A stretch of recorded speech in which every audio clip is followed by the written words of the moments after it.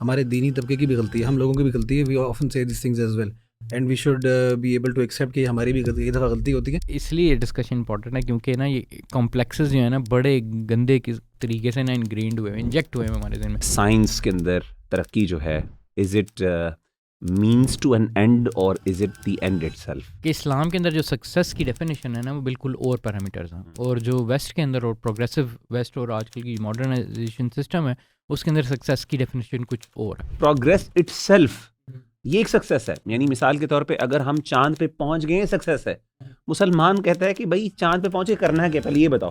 यानी क्यों हमने वहां पे पहुंचना है, उससे हमें आखिरत में क्या फ़ायदा होगा. बिल्कुल. मतलब ये एक जाविया बड़ा फ़र्क है ना. प्रॉफिट मोटिव जो है फिर वो डिसाइड करता है कि what is right and wrong. Cosmetics is a key thing. आप ये देखते हैं कि लोग अपने आप को डिस्टॉर्ट कर रहे हैं मैक्सिमम किस्म में, बोटॉक्स ये वो सर्जरीज ये वो एक्सरसाइज. अब वो साइंस भी क्या, वो उस प्रॉफिट मोटिव और डिमांड सप्लाई के अंदर और फिर उसकी पूरी इन्वेस्टमेंट और ये वो चीज़ें उसी तरफ लगी हुई है. चाहे वो मिलिट्री फ्रंट के ऊपर हो, चाहे वो इंडस्ट्रियल रेवोल्यूशन के अंदर एक इंडस्ट्री के लिए हो, वो दोनों चीज़ों के अंदर जो है वो रिलीजियस लोगों ने ज़्यादा एडवांसमेंट की है थ्रू आउट हिस्ट्री.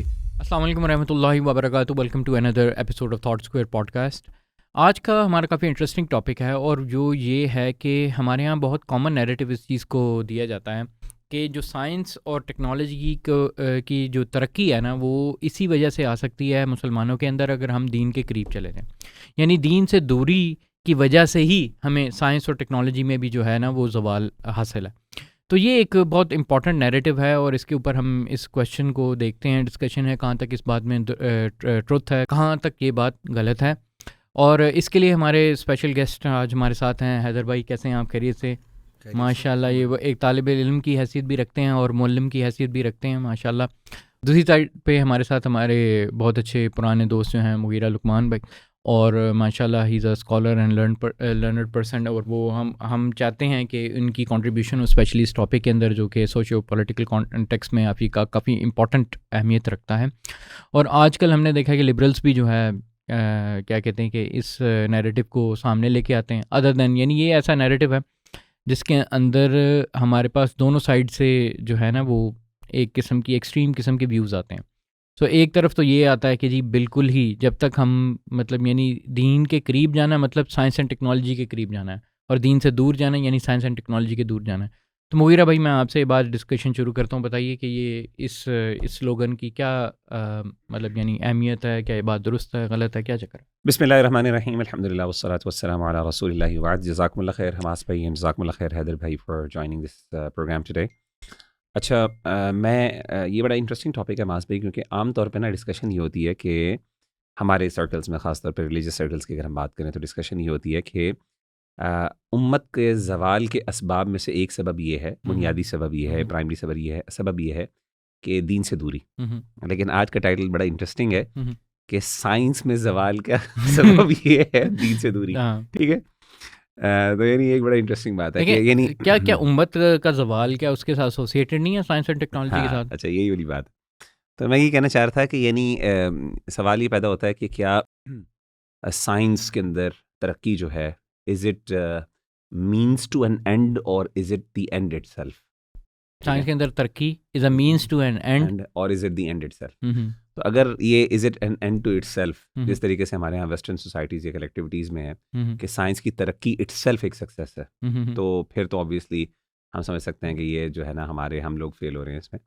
लेकिन अगर हम समझते हैं कि it's just an means to an end, कि हम दीन में गलबा चाहते हैं या दुनिया में सक्सेस चाहते हैं, और one of the ways to do that is through science, and there are other ways as well, तो फिर ठीक है, और not necessarily that is the only way. ठीक है. तो then obviously then that argument is totally contested I think. तो आज की जो डिस्कशन है मैं समझता हूँ वो यही है इसी कॉन्टेक्स्ट में कि जो दीन है अल्लाह ताला ने हमें जनरली वो इसलिए अता किया कि वो इंसान के लिए रुश्द व हिदायत है. और वो हिदायत हमास भाई वो सिर्फ जो है ना वो हमारी पर्सनल लाइफ से मुताल्लिक नहीं है, वो एक हमारी जो कलेक्टिव या कम्यूनल लाइफ है उससे भी मुताल्लिक है. और उसके मुख्तलिफ जिहात हैं. उसमें इकनॉमिक्स भी आती है, उसमें पॉलिटिक्स भी आती है, उसमें डेवलपमेंट्स भी आती हैं, हर किस्म की इंफ्रास्ट्रक्चरल डेवलपमेंट्स भी आ सकती हैं, और उसमें सहूलियात भी आ जाती है. हर चीज़ के अंदर रुश्द व हिदायत हमारा दीन हमें अता करता है. तो आई डू बिलीव कि अगर आप इस कॉन्टेक्स्ट में देखें कि जी क्या हमारा दीन हमारी रहनुमाई करता है, तो मैं समझता हूँ कि वो बंदा जो वाकई सच्चे माने में दीन की स्पिरिट को समझने वाला है और उस पर चलने वाला है, कभी भी वो किसी भी एरिया ऑफ लाइफ के अंदर फेल नहीं होगा। हाँ, वो उस तरह की प्रोग्रेस या सक्सेसफुल होगा, उस तरह की प्रोग्रेस कर पाएगा या उस तरह की सक्सेस हासिल कर पाएगा जिस तरह वेस्ट ने की है।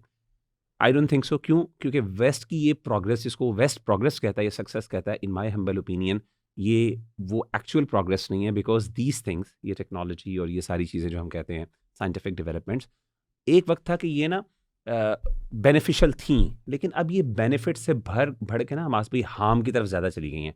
मिसाल के तौर पे weapons of mass destruction, weapons of mass instruction भी आ गए, आर्टिफिशियल इंटेलिजेंस भी आ गई। अब ये इंतहा है, यानी अब ये टिपिंग पॉइंट से अब एक किस्म की डिक्लाइन की तरफ जा रही है, यानी अब प्रोग्रेस नहीं हो रही। तो हाँ, शुरू में आप बात कर सकते हैं कि जब नया नया आगाज़ हुआ तो टू सर्टेन एक्सटेंट हम ये बहस कर सकते हैं कि कुछ ना कुछ प्रोग्रेस हुई जिसकी वजह से कुछ मसाइल जो हमारे थे इनिशियल उनका हल हुआ, लेकिन आहिस्ता आहिस्ता अब वो एक टिपिंग पॉइंट पर आके अब ये क्या तरफ जा रही है, I think in my humble opinion decline की तरफ जा रही है। तो इस्लाम तो कभी भी इस तरह की सक्सेस को अलाउ भी नहीं करता, ना पसंद करता है कि जी ऐसी सक्सेस के जिसके अंदर हम इस दुनिया के से बाहर निकल के अब हम मार्स को आबाद करना शुरू कर दें, दुनिया को छोड़ के, अफ्रीका को छोड़ के, वहाँ पे पॉवर्टी और तबाहियों को छोड़ के हम वहाँ पे चले जाएं, अल्लाह माफ़ करे, और वहाँ के ख्वाब देखना शुरू कर दें। इस्लाम इसी तरह की प्रोग्रेस को ना सक्सेस कहता है, ना इस प्रोग्रेस का कायल है।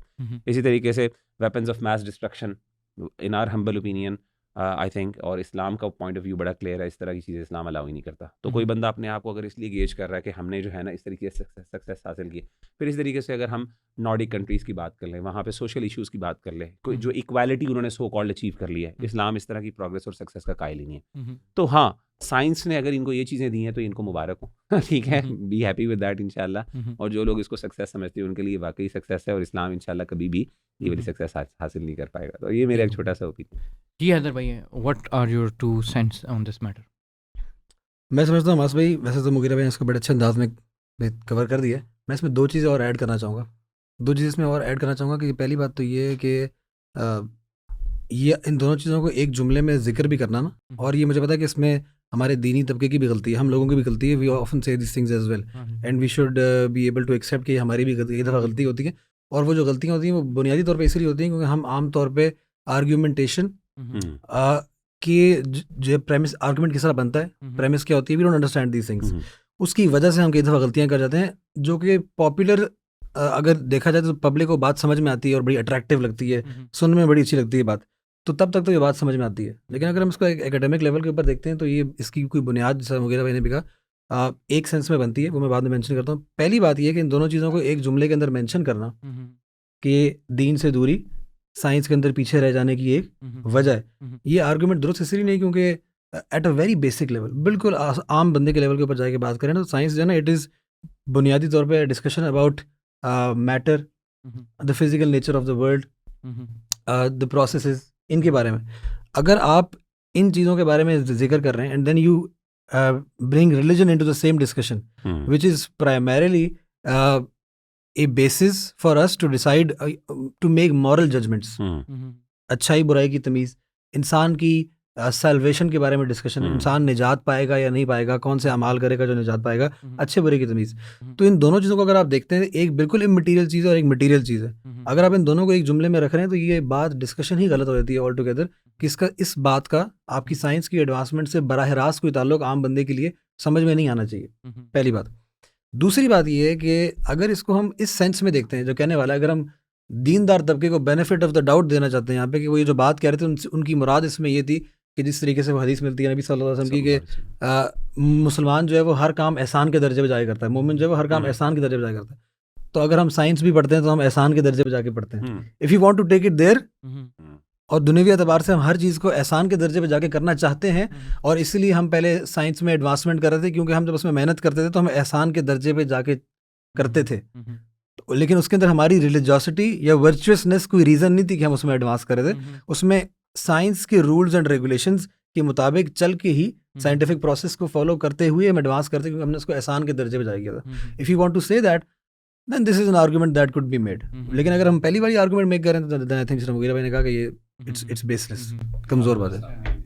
इसमें मैं एडिशनल एक चीज़ ऐड करना चाहूँगा कि ना कई दफ़ा हम ना लोगों को ये बताना ज़रूरी है कि जो सक्सेस की डेफिनेशन है वो क्या है। वो जैसे मैंने मुगीरा भाई ने इस चीज़ को जिक्र किया कि इस्लाम के अंदर जो सक्सेस की डेफिनेशन है ना वो बिल्कुल और पैरामीटर्स हैं, और जो वेस्ट के अंदर और प्रोग्रेसिव वेस्ट और आजकल की मॉडर्नाइजेशन सिस्टम है उसके अंदर सक्सेस की डेफिनेशन कुछ और है। हमारी प्राइमरी सक्सेस की डेफिनेशन ये है कि एक इंसान जो है वो जो है बंदा है कामिल अल्लाह ताला के पास जन्नत नसीब कर ले, ठीक है ना, और वो जन्नत हासिल कर लेगा बंदा, दैट इज जन्नत फ़क़त फ़ाज़, जो आग से बच गया जन्नत में दाखिल हो गया वो कामयाब। बिल्कुल बिल्कुल। तो ये हमारी प्राइमरी और कोर जो है हमारा टारगेट है, ये हमारा परस्यूट है, ये बिल्कुल परस्यूट है हमारा।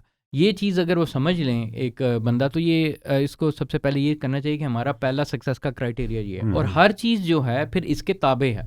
बिल्कुल ठीक है, यानी इस गोल के ताबे में अगर दुनिया आती है या दुनिया के एलिमेंट्स आते हैं या वो चीज़ें आती हैं इस्लाम का, या साइंटिफिक एडवांसमेंट आती है या इवन साइंटिफिक, तो फिर वो हमारे लिए एक मीन्स बनेगा इस एंड के लिए, ठीक है। तो ये मैं बिलीव करता हूँ कि सबसे पहले हमारी जो सक्सेस की डेफिनेशन है ना वो इस तरह डिफाइन होनी चाहिए, सल्वेशन जो है, क्योंकि वही हमारी सक्सेस है, ठीक है। इट्स नॉट के फॉर एग्जांपल हमारे पास, क्योंकि अगर आप एनालाइज करें जो मॉडर्न वर्ल्ड और इनके प्रोग्रेसिव सिस्टम को, इसमें ये है प्रोग्रेस बाय प्रोग्रेस।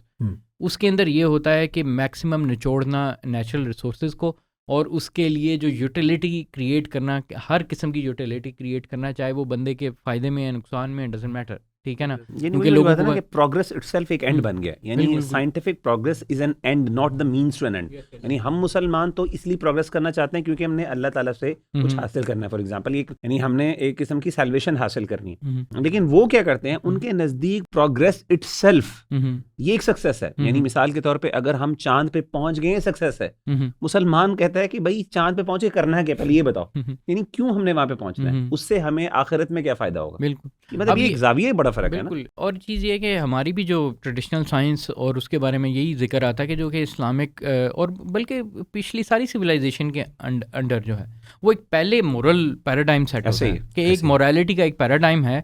इसके देखते वक्त जो भी हमारे जो वर्किंग्स हैं, जो हमारी जो यूटिलिटी है, हमारी यूटिलाइजेशन ऑफ नेचुरल रिसोर्सेज है, वो किस तरफ सर्फ होनी चाहिए, ठीक है ना।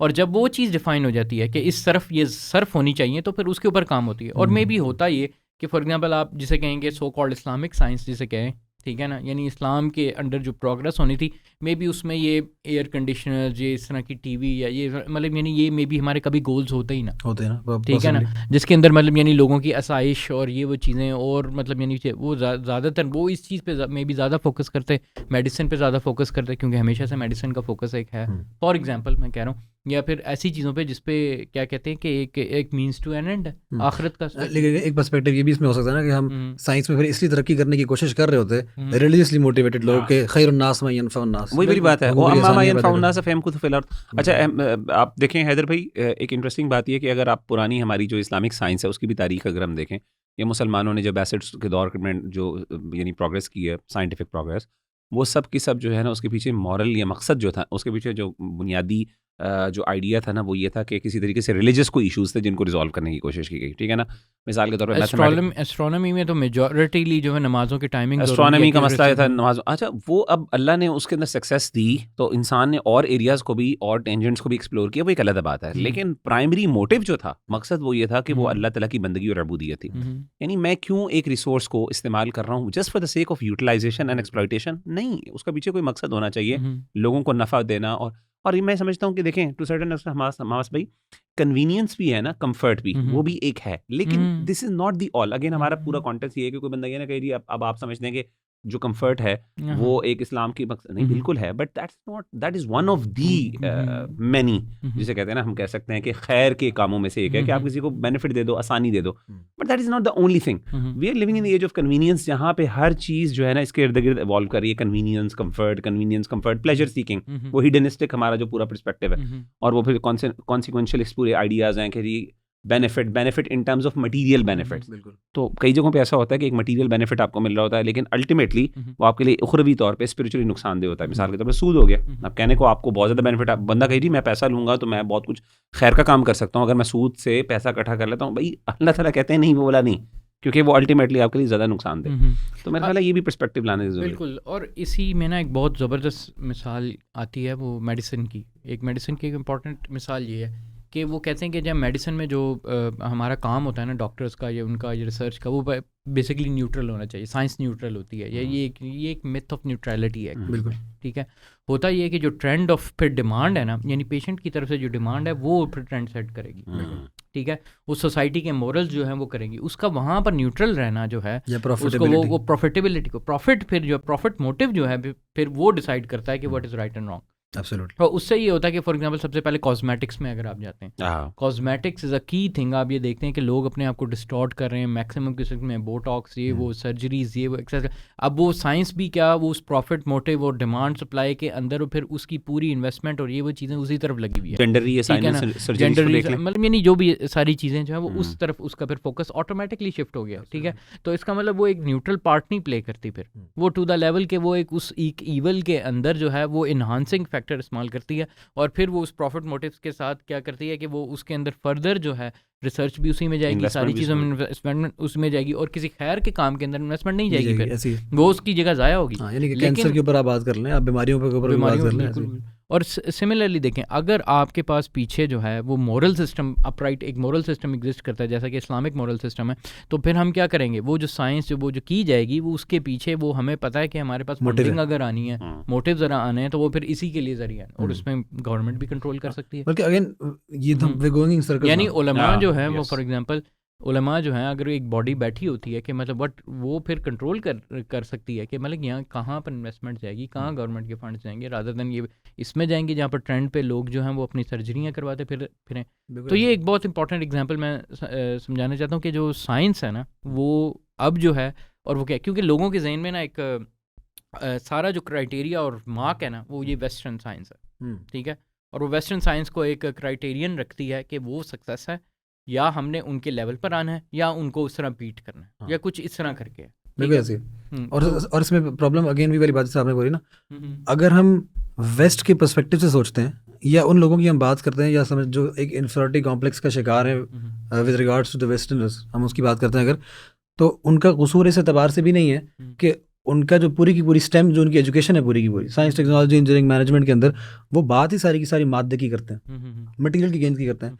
तो जब वो बेनिफिट और लॉस की बात करते हैं, जैसे आपने स्टार्ट में बात बोली थी, जो हमारे लिए सैल्वेशन का गोल बिल्कुल फर्क है और उनके लिए मादा material gain is everything in of itself. अब हम उसके अंदर चाहे प्रॉफिटेबिलिटी की बात कर लें, उसमें लोगों की कन्वीनियंस की बात कर लें, ये सारी चीज ये मटेरियल गेन्स हैं सारे के सारे।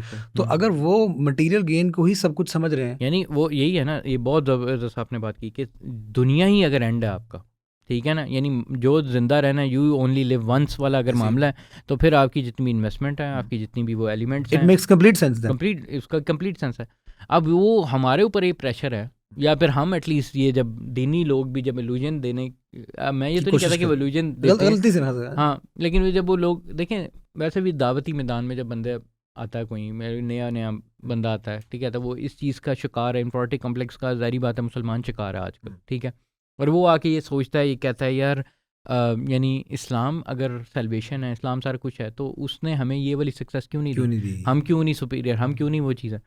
फिर एक मौलम आता है और वो ये कहता है कि देखें हमारा जो सक्सेस का क्राइटेरिया है क्योंकि इससे दूर हो गए, वो दीन से दूर है। हमास भाई एक बड़ी इंटरेस्टिंग बात मैं यहाँ पे लाना चाहता हूँ, वो ये है कि यानी ये जो आइडिया है ना, मैं coming back to the main हमारा जो थीम था, थीसिस था, और वो जो सवाल आपने उठाया कि क्या lack of religiosity means lack of advancement in science, or you can say that हम लोग वहाँ पे पीछे laid back हैं। अच्छा, अगर हम ज़रा गौर करें, हमारा जो दीनी नैरेटिव है, दीनी नैरेटिव ये है कि अल्लाह के रसूल सल्लल्लाहु अलैहि वसल्लम का जो दौर था वो गोल्डन पीरियड था, ठीक है।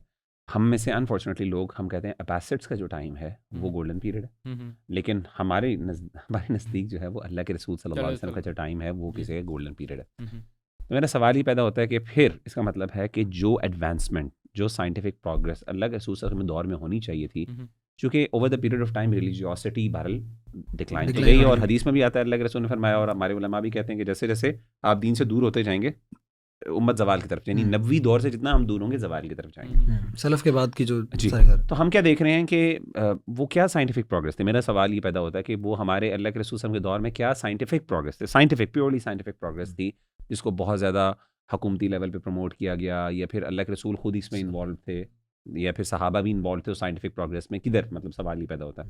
And we don't see much examples of that. हमें एक हिस्ट्री के अंदर दरमियान में एक किस्म की ना आप कहते हैं कि एक हाइक नज़र आती है अगर आप हिस्ट्री में देखें, और वह बैसेट्स के टाइम पे कि एकदम जो है ना फोकस उस तरफ हुआ, और वो उसके बहुत से फैक्टर्स भी हो सकते हैं, बट उसके बाद दोबारा वो क्या रिलीजियोसिटी क्या उस यानी तो फिर इसका मतलब ये है कि सबसे ज्यादा रिलीजियोसिटी जो थी ना वो अब्बासिड्स के टाइम में थी। क्या ये हम आर्गुमेंट क्रिएट कर सकते हैं क्योंकि वो हमारा गोल्डन पीरियड है। तो अगर आप ये एक आर्गुमेंट डायरेक्टली लेके आते हैं तो फिर आपको ये साबित करना पड़ेगा कि सबसे ज्यादा इस्लामी तारीख के अंदर रिलीजियस लोग जो थे ना वो कौन सा टाइम था? अच्छा, अनफॉर्चुनेटली ये वो टाइम था अब्बासिड्स का टाइम जिसमें मुसलमानों को बहुत ज्यादा नुकसान भी हुआ। यानी बनु अब्बा यानी आप देखें कि मंगोल्स का जो अटैक है यानी फॉल ऑफ बगदाद वो है, ये भी उन्हीं उसी दौर के आगे पीछे हुआ। यानी इंसान यानी वहाँ पे मुसलमानों ने और फिर मुसलमानों की जिस तरीके से पॉलिटिकल अनरेस्ट हुई और इतनी सेक्शंस बन गए और इतने अनस्टेबल हो गए थे वो उस वजह से, और उसके बाद जिस तरीके से मुसलमान धड़ों में बैठ गए, तो अल्लाह माफ़ करे यानी वो रिलीजियोसिटी फिर कहाँ पे गई? लेकिन वो उसकी जो प्राइमरी बात है, जब हमारे पास लाइब्रेरी ऑफ बगदाद और ये वो सारी चीज़ें जो हैं वो इस्टेब्लिश थी, वेल इस्टेब्लिश थी, सारा नॉलेज जो है एक जगह मतलब कंसंट्रेटेड था, ये उसमें सेंटर बने हुए थे। तो वो कहते हैं कि इस चीज़ को हम क्या कहते हैं गोल्डन पीरियड कहते हैं, जिसके अंदर हमारे पास काफ़ी ज़्यादा टेक्नोलॉजिकल प्रोग्रेसेस भी थी और बाकी इस तरह की चीज़ें भी एलिमेंट्स थे। वो थी, मैं उसका इनकार नहीं कर रहा, मैं कह रहा हूँ उसको लिंक करें रिलीजियोसिटी से। हाँ, अब ये मेरा पॉइंट है ना, असल में मैं ये कह रहा हूँ कि रिलीजियोसिटी को अगर आप इसके साथ लिंक करते हैं प्रोग्रेस के साथ, तो फिर ये होना चाहिए था। यानी ये लोगों को सबसे ज़्यादा हिकमत तो फिर अल्लाह के रसूल के दौर में बनना चाहिए था। यानी ग्रीक्स तो उससे भी पुराने ना, यूनानी तो उससे भी पुराने। और एक अजीब सी बात है, जो साइंस की नेचर है, जो ट्रांजिएंट नेचर ऑफ साइंस है, वो हमें लॉजिकली ये कहती है कि साइंस जो है वो हमेशा एडवांस करेगी ऐसे ही, क्योंकि हमारे पास जो पीछा डाटा है उसकी बेसिस के ऊपर वी बिल्ड अपॉन दैट। तो इसकी बेसिस के ऊपर आप ये कह रहे हैं कि लोगों की रिलीजियोसिटी जो है बाय दिस थीसिस लोगों की रिलीजियोसिटी जो है वो वक्त के साथ साथ बढ़नी चाहिए।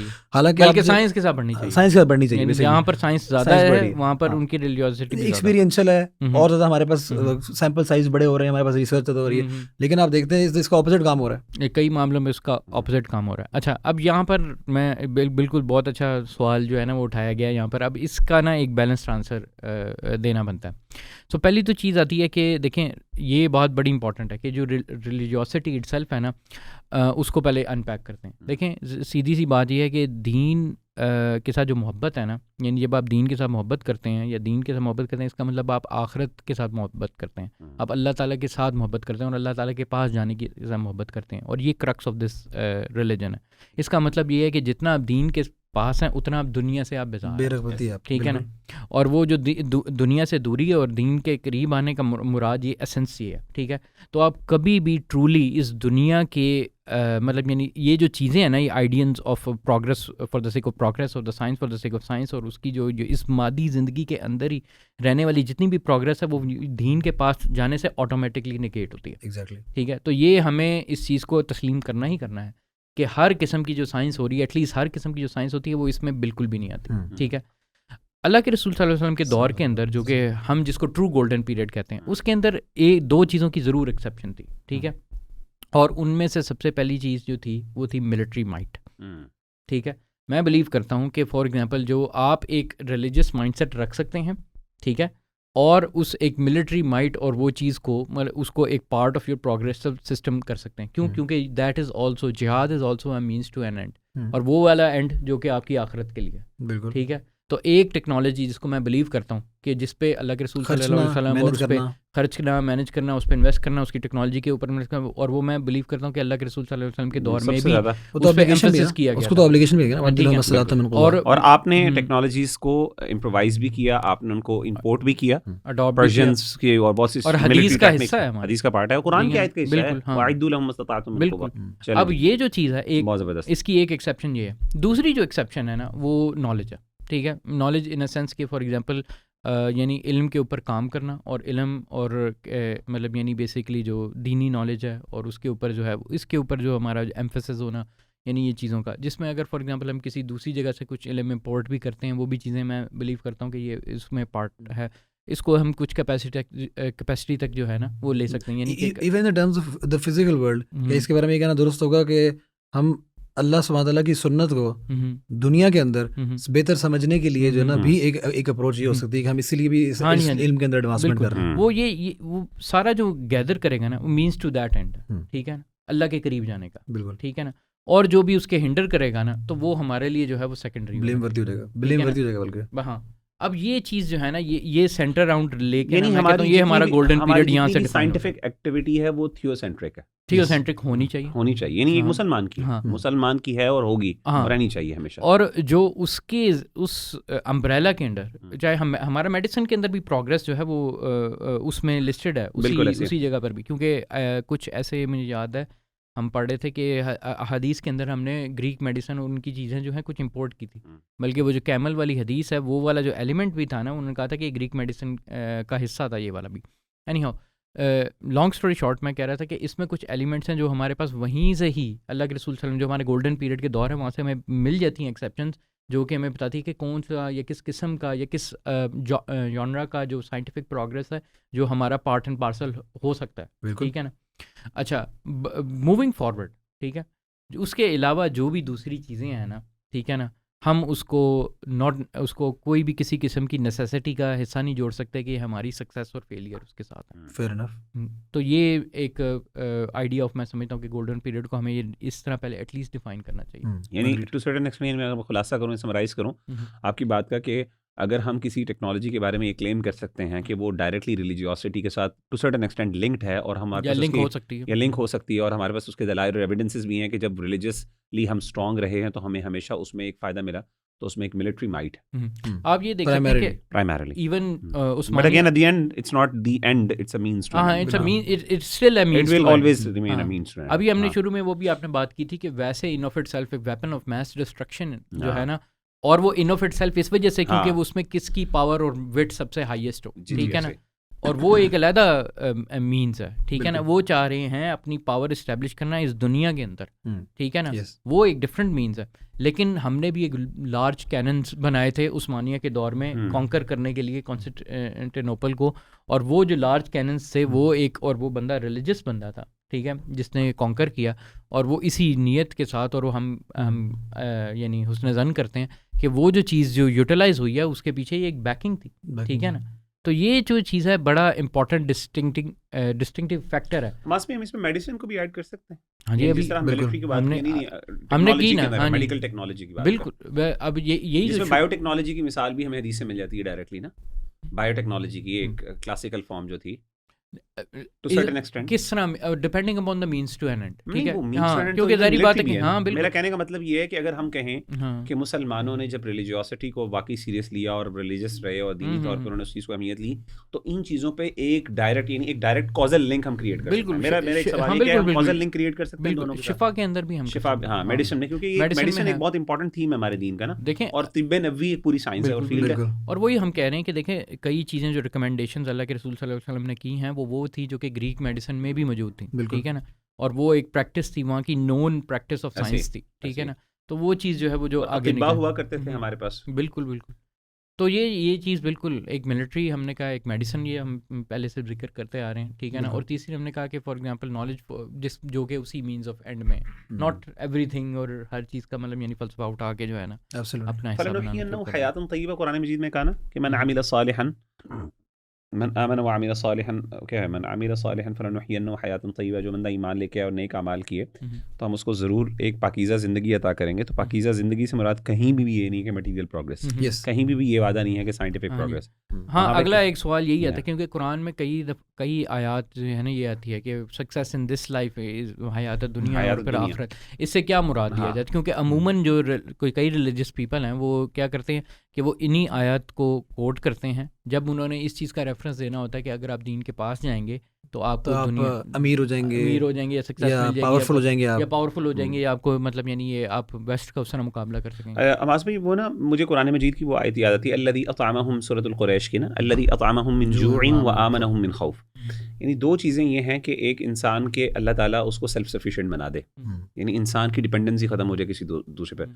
तो मैं समझता हूँ कि अल्लाह ताला फलनुहयिन्नहु हयातन तय्यबा से एक माना मुराद ये है कि एक बंदा तमाम जहानों से इंडिपेंडेंट होके सिर्फ अल्लाह पे डिपेंडेंट हो जाए, ठीक है ना। तो ये बहुत बड़ी बात है, यानी फाइनेंशियली या फिर अपनी ज़रूरियात के मुताबिक। तो ये है कि एक बंदा अल्लाह दुनिया से मुस्तगनी हो जाता है, ये बहुत बड़ी बात है। सेल्फ सफिशेंसी इंसान को हासिल हो जाती है, गिना हासिल हो जाता है। और दूसरी चीज़, जैसे बाज़ उलमा ने कहा, और दूसरी बात ये है अमन, अल्लज़ी अतअमहुम मिन जूइन व आमनहुम मिन खौफ। अल्लाह ताला ने कहा कि तुम्हें खौफ से, तो एक अमन जो है वो इंसान को मिल जाता है। वो अमन दिली तौर पे भी अमन होता है, यानी वो जो शैतानी कुव्वतें हैं उनसे भी इंसान बच जाता है, फितनों से बच जाता है बड़े बड़े वो। और इसी तरीके से शैतान, यानी इसी तरीके से अल्लाह ताला कई दफ़ा इंसान को वो वाला अमन भी अता कर देते हैं। सो आई थिंक ये these two things are directly also in terms of हयातुन तय्यबा, पाकीज़ा ज़िंदगी। अब ये चीज़ें इसी हमारा जो सेंट्रल जो थीसिस हमने शुरू से बात की थी वो यही थी कि देखें क्या एक बंदा जो वाकई में दीन के से मोहब्बत रखता है वो दुनिया से थोड़ी सी बेजारी वाकई में इख्तियार करेगा, और वो दुनिया के साथ अगर उसका कोई ताल्लुक होगा तो वो एक मीन्स टू एन एंड होगा, बिल्कुल ऐसे, ठीक है ना। और वो जो चीज़ जो है उसके ज़रिए वो अल्लाह का कुर्ब ही हासिल करेगा या करना चाहिए, बिल्कुल ऐसे। ये चीज़ जो है ना, अगर ये समरी ऑफ दिस हम साइंस और प्रोग्रेस को, इस टेक्नोलॉजी को, साइंस को, प्रोग्रेस को इस पैराडाइम में अगर हम देख लें तो मैं कहता हूँ कि लोगों को समझ आ जाए कि एक्चुअली में सक्सेस क्या है जिसकी हम बात करते हैं, जो कि दीन में अल्लाह के करीब आने से जो आपको सक्सेस मिले। वो हदीस भी तो मिलती है ना मैं नबी सल्लल्लाहु अलैहि वसल्लम की, जो कि ये दुनिया जो है दुनिया वालों के लिए छोड़ दो, अल्लाहु अकबर। दुनिया वालों के लिए छोड़ दो, कि जो बंदा भी अपनी ज़रूरत से ज़्यादा इस दुनिया से लेने की कोशिश करेगा उसके लिए बर्बादी है। बिल्कुल। और आजकल की जो लोगों को वाकई में ये चीज़ डिसाइफर करनी चाहिए कि आजकल की जो understanding of modern understanding of science है वो एक्सट्रीमली मटीरियलिस्टिक है और मटीरियल गेंस की है, और वो एक डायरेक्ट कॉन्ट्रडिक्शन है हमारे नैरेटिव के साथ, हमारे इस्लाम के साथ।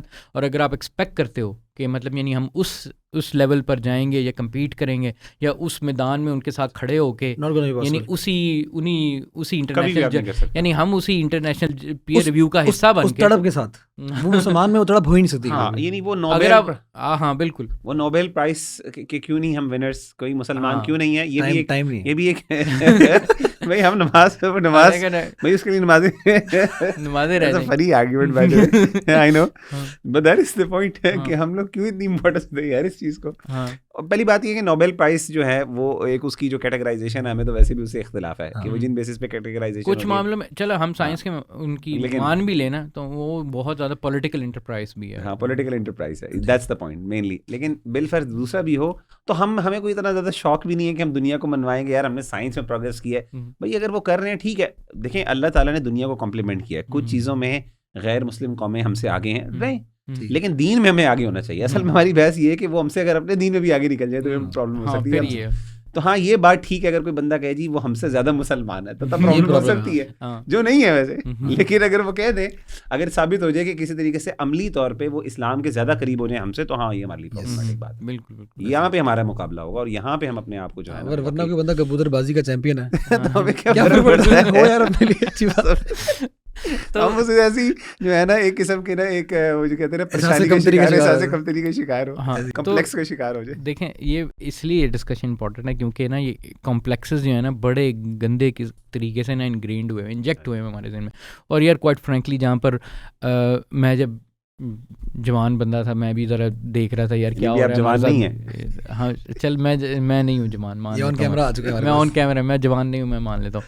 बात ये कि जब नए नए दीन की तरफ आ रहे थे वो फ्यू ऑफ द क्वेश्चंस हमारे ज़हन में यही आ रहे थे कि यार देख हम हर जगह से मारे खाई जा रहे हैं, ठीक है ना, मतलब यानी प्रोग्रेस जो है वो आगे लेके जा रहा है। अगर वाकई में सच्चा दीन है तो हर चीज़ में कोई प्रॉस्पेरिटी आर्गुमेंट, वही प्रॉस्पेरिटी, यानी प्रॉस्पेरिटी के अलावा भी उन्होंने यार कोई सोल्यूशन तो हो ना हमारे पास इसका कि हम बस उनको मात दे दें किसी तरीके से, जिसमें वो जिस रैट रेस में वो आगे हम भी उस रैट रेस में। तो वो ये है कि उसी चीज़ के अंदर ना फिर आपको एक नैरेटिव आता है, कुछ दीनी लोगों का नैरेटिव आपके सामने इस तरह सिल्वर प्लेटर में फिर जब आता है तो आप फ़ौरन उसको गॉबल अप करते हैं। Exactly, this is exactly what I was looking for, this is exactly what I was looking for कि मुझे ना मतलब यानी इसी रास्ते से इसी जगह पर बैठे बैठे ये साइंस, मतलब मैंने जन्नत में भी जाना है और दुनिया में फिट भी हो जाना है मैंने, एग्जैक्टली मतलब हुजूबुल गुरबा में से नहीं होना यार। वो ना जब भी कहते थे ना यार दीन और दुनिया को साथ साथ लेके चलो, मुझे ना मतलब मेरे हंसी आती थी क्योंकि मेरे ज़हन में हमेशा एक आता था कोई बंदा है जिसने ना 2 बैरल्स पकड़े हुए और इस तरह करके ना चल रहा है दीन और दुनिया को ना कुछ साथ लेके चल यार ये हमारी बातें बहुत कंट्रोवर्शियल हो जानी है, लेकिन बहरहाल लेकिन मेरा ख्याल है कि जिस बंदे ने भी बात सुनी, भाई कॉन्टेक्स्ट की में हम बात कर रहे हैं, इसमें कहीं भी हम कहीं भी ये बात नहीं कर रहे हैं कि जी एक बंदे को साइंसदान नहीं बनना चाहिए, मुसलमानों को होना चाहिए, लेकिन ये जो ऑब्सेशन है ना, ये जो हमें एक ऑब्सेशन हो गई है, देखो कि हमने इसको सक्सेस बना दी। देखो इस वाकई में ये बैरल की जो एग्जांपल है ना, ये आप जरा गौर करें, ये आपने उनको एक two sides of the same, यानी उनको एक इक्वल बैलेंस के अंदर डाला हुआ है क्या? हालांकि बैलेंस कभी बिल्कुल भी नहीं है, मतलब यानी ये नहीं है वो आपका, अगर जो भी आपकी दुनिया का आंसर होना चाहिए उसको उसके लेंस के अंदर ताबे होना चाहिए, ठीक है ना? दीन का मतलब क्या है? गुजारने का तरीका है ना, जिंदगी गुजारने का तरीका है। तो आप उन दोनों को आपस में कंपटीशन में कैसे कर दिया आपने? तो वो आज आके वो मतलब यानी दावती मैदान में आके कहते हैं देखें जी दीन और दुनिया को साथ लेके चलना चाहिए। सही बात। और यही सवाल होता है कि बताइए दीन और दुनिया को साथ कैसे लेके जा सके? मगर भाई बात बहुत अच्छी की, लेकिन अभी तक मैं ये नहीं समझ पाया कि कैसे लेके चल। वर्क लाइफ बैलेंस की बात पेश खिदमत है, दीन दुनिया बैलेंस, ये है सवाल सबसे इम्पोर्टेंट। अमूमन ना ये अब इस चीज़ का ज़्यादा बड़ा मजाक इस वजह से भी है कि रिश्ता की प्रोफाइल्स में भी ना ये सेंटेंस जब लिखा होता है ना कि दीन और दुनिया को साथ साथ लेके चले, उसका मुराद ये होता है कि कोई नमाजी हो पर इससे ज़्यादा ना हो, ओवर ना हो, जाहिद ना हो जाएगा, जाहिद ना हो, कोई दाढ़ी शाड़ी ना हो, ठीक है ना? यानी जब वक्त आने पे ना दुनिया भी हमें वक्त आने पे एक आध बैरल हमारा हम यानी वो बड़े मजे की बात है ना वो, यानी हमें डर होता है, खौफ, यानी हमारा दिल होता है कि हमारा जो स्पाउस है ना वो दीनदार हो, लेकिन इसके साथ ये हमारी चाहत बहुत ज्यादा होती है कि हमारा जो स्पाउस है वो दीनदार हो, लेकिन हमें खौफ भी होता है कि वाकई ना हो। ठीक है ना? तो ये एक प्रॉब्लम है। तो अच्छा हाँ हैदर भाई, आप सही कह रहे हैं कि जहाँ ज़रूरी नहीं है कि जहाँ पर मतलब यानी प्रॉस्पेरिटी और जो इसका जो डायरेक्ट साइंस की प्रोग्रेस का डायरेक्ट कोरिलेशन हो, ठीक है, क्योंकि हमारे पास अल्टरनेट एग्जांपल्स भी मिलती हैं। क्या कहते हैं? एब्सोल्युटली। आप मिसालें देख लें, आप इवन आप एलाइज को देख लें, वर्ल्ड वॉर के दौरान, वर्ल्ड वॉर 2 के दौरान देख लें कि जो एलाइज में प्रीडोमिनेटली बीइंग क्रिश्चियन, आर्ग्यूबली वो टेक्नोलॉजी के अंदर जो है वो इवन मिलिट्री फ्रंट के ऊपर टेक्नोलॉजी में वो आगे थे। फिर उसके बाद वो जो हमारी पहले भी डिस्कशन हो रही है इंडस्ट्रियल रेवोल्यूशन वाली आप मिसाल, जो लेफ्ट के सारे जो कम्युनिस्ट वगैरह है, बल्कि वो देवर एक्चुअली मोर, यानी वो दीन के ज़्यादा दूर हैं, बिल्कुल ठीक है ना, वो दीन के ज़्यादा दूर है, लेकिन उसके बावजूद जो उन्होंने नहीं वो मटेरियल प्रोग्रेस और एडवांसमेंट उन्होंने नहीं की, चाहे वो मिलिट्री फ्रंट के ऊपर हो, चाहे वो इंडस्ट्रियल रेवोल्यूशन के अंदर एक इंडस्ट्री के लिए हो, वो दोनों चीज़ों के अंदर जो है वो रिलीजियस लोगों ने ज़्यादा एडवांसमेंट की है थ्रू आउट हिस्ट्री। तो ये कोरिलेशन की कोई सेंस नहीं बनती जिस तरह की जो अमूमन कमज़ोर आर्गुमेंट है, बहुत कमज़ोर आर्गुमेंट। अल्हम्दुलिल्लाह यार, मैं बिलीव करता हूँ कि ये वाला I think this should be highlighted very well. आप क्या कहते हैं? ठीक है, एनी फाइनल थॉट्स इसके बारे में हैदर भाई प्लीज़? बस आखिर में यही कहूँगा कि हमारे लिए ना वो जो स्टार्ट में again we go in circles, जो स्टार्ट वाली हमने बात की थी ना, जाविया बहुत इंपॉर्टेंट है कि हम कौन सी ऐनक लगा के सारे मामले को समझ रहे हैं। अगर हम एक प्योरली वेस्टर्नर की ऐनक लगा के, एक मादी ऐनक लगा के देखते हैं तो डेफिनेटली जो हमने आर्गुमेंट सामने सारे रखे हैं ना, ये सारी बातें डज नॉट मेक सेंस, और एक western perspective it makes complete perfect sense. लेकिन अगर हम एक मुसलमान की, एक मोमिन की ऐनक लगा के और आप समझ लें कि अपनी उखरवी सैल्वेशन, ठीक है, आखिरत की साल्वेशन, हमें जन्नत में पहुंचने की चाहत, अगर इसको हम पर्सपेक्टिव को सामने रखते हैं देन एवरीथिंग मेक सेंस कि जी हम मुसलमान जो बात करते हैं वो क्यों करते हैं। तो इसलिए आई थिंक जो ऐनक लगा के, कौन सी ऐनक लगा के देखना चाहिए मामले को, ये बहुत इंपॉर्टेंट है। और अगर कोई बंदा कहता नहीं मैं प्योरली ऑब्जेक्टिवली और अनबायस्ड होकर देख रहा हूँ, इट्स नॉट पॉसिबल। ये मैं इसमें समराइज करता हूँ हैदर भाई की बात कोई ज़रा अपने अल्फाज में, वो इस तरह कि जिस तरह की वेस्ट ने प्रोग्रेस या सक्सेस की है ना, एक सच्चा मोमिन और मुसलमान कभी भी उस तरह नहीं कर सकता। उसकी बहुत बड़ी वजह यह है कि उसके लिए आपको दुनिया को सब कुछ मानना पड़ेगा। उसके लिए जिस लेवल की कमिटमेंट और डिवोशन और एक किस्म की जो है ना वो आपसे ऑब्सेशन चाहिए ना इस काम के साथ, मुसलमान कभी नेचुरली सही मोमिन, सच्चा मोमिन कभी भी वो उस तरीके से डेडिकेशन नहीं कर सकता।